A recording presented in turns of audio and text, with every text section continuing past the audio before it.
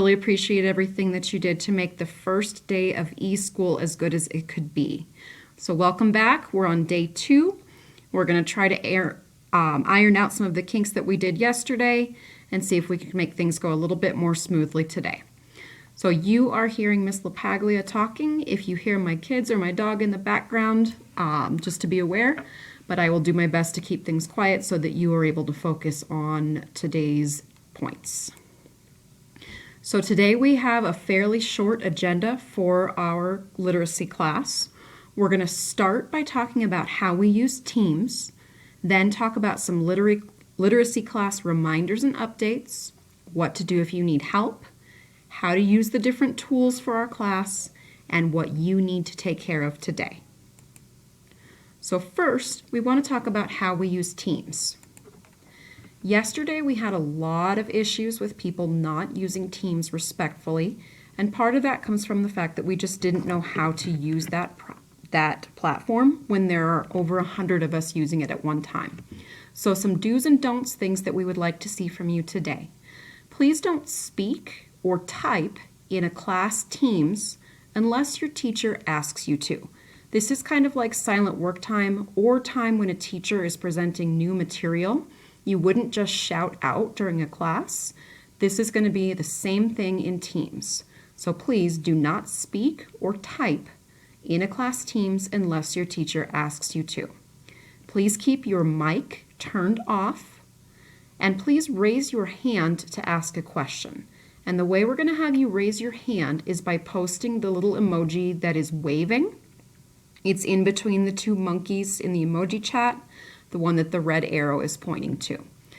The only thing that you should really be typing into Teams, unless you have permission from your teacher, is the waving hand icon to show that you have a question. Please don't spam the chat with messages, whether they're messages that you're typing or messages that you are speaking aloud.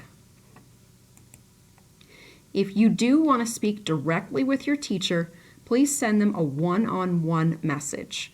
This is in the top left-hand corner of your Teams. It looks like a little square with a pencil. You click it and you can then type in your teacher's name and message them directly. If you're getting ready to start your classwork and you don't want to hear message alerts or voices coming from Teams, you can change your status to Do Not Disturb. The status change is in the upper right-hand corner of Teams.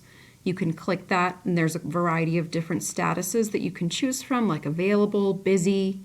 If you click Do Not Disturb, you will no longer hear message alerts or voices coming from Teams.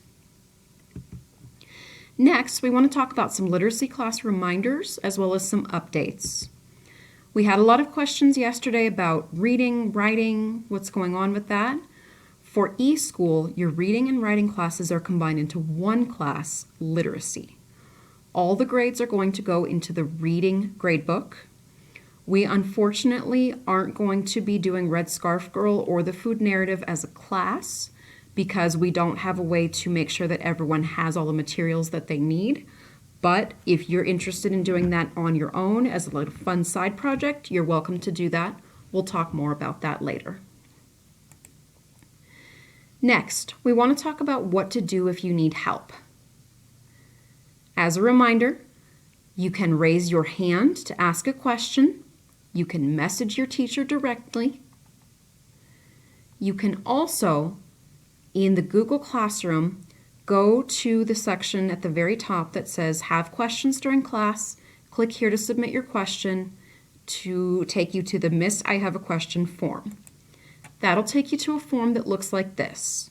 We will be keeping an eye on this form during class, and if we see that you need help or have a question, we'll get back to you as quickly as we can. If we're no longer in class and you have a question or need help, you can always email us and we'll get back to you. Next, we're going to talk about our tools for class. Teams is a way for your teacher to give you new information and directions. This is a place for teachers to send out information, not for students. Next, Google Classroom. Our class code is displayed on the screen if you haven't yet been able to log into Google Classroom.